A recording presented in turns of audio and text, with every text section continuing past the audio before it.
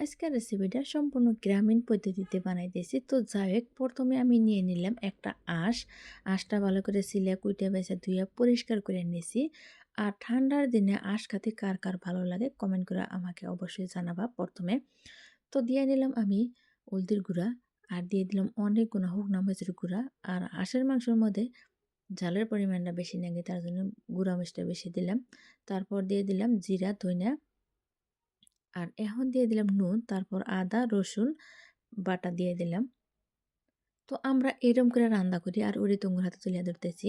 আর কাঁচামরিচগুলো অল্প আদা ভাজা করে নিয়েছি। তারপর দিয়ে দিলাম কিছু পর্যাপ্ত পরিমাণে পেঁয়াজ দেওয়া হয়ে গেছে গা। এখন দিয়ে দিলাম আমি ৩টার মতো গোটা রসুন। আর গোটা রসুন হাঁসের মাংসের হাতে কাতে আমার কাছে খুবই ভালো লাগে, তার জন্য গোটা রসুন দিলাম। আর দিয়ে দিলাম কিছু পরিমাণে সর্ষের তেল। আমরা এইরকম করে কাঁচা সর্ষের তেল দিয়ে রাঁধি, একটা ঘ্রাণ আসে আর খাতে ভালো লাগে। তো যাই হোক, আমি খুবই ভালো করে মাখা নিতেছি যাতে মাংসর গায়ে নুন মরিচ হলদি গোনা ভালো করে লাগে। তো এখন আমি রান্না করবার চলে এলাম মাটির চুলায়। দিয়ে দিছি ফোড়নে সর্ষের তেলের মধ্যে দিয়ে দিছি মেথি। মেথি দেওয়ার পর দিছি জিরা। এখন দিয়ে দিলাম আমি পেঁয়াজ। পেঁয়াজ যেহেতু আমি মাংসের মধ্যে দিছি, আর পেঁয়াজগুনা লাল লাল করে যখন ভাজা হয়ে গেছে এখন দিলাম আমি মাংসগুনা ছাইড়ে। তো মাংসগুনা ভালো করে উল্টায় পাল্টায় নাড়াচাড়া করে নিতেছি। মানে এটাকে কয় কষান। তো অনেকক্ষণ কষান রাখবো, যতক্ষণ না তেলটা ছাইড়ে দিছি ততক্ষণ কষান রাখবো। অনেকক্ষণ সময় যাবৎ কষানো হয়ে গেছে মাংসর গায়ে থেকে যে তেল আছে না, হাঁসের মাংসের কিন্তু অনেক তেল থাকে। তো তেলগুলো ছেড়ে দিছে। এখন দিয়ে দিলাম আমি পর্যাপ্ত পরিমাণে পানি।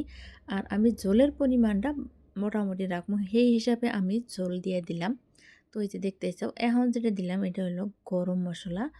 তো ছোটো এলাচ বড় এলাচ দিছি, আর কিছু দিইনি গরম মশলা হিসাবে দিয়ে ভালো করে নাড়াচাড়া হয়ে গেছে। এখন একটা ঢাকনা দিয়ে ঢেকে দিতেছি। তো বন্ধুরা, এই শীতের দিনে হাঁসের মাংস দিয়ে রুটি কার কার খেতে ভালো লাগে তোমরা কিন্তু আমাকে জানাও।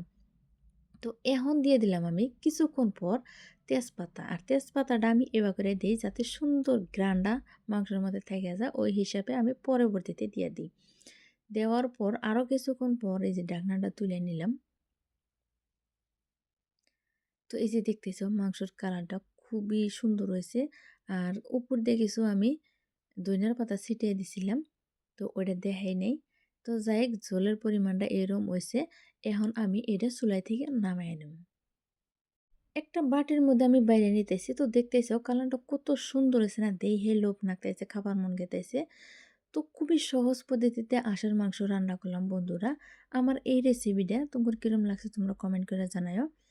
যদি আমার এই রেসিপিটা তোমার ভালো লাগে তাহলে লাইক শেয়ার কমেন্ট করে দিও।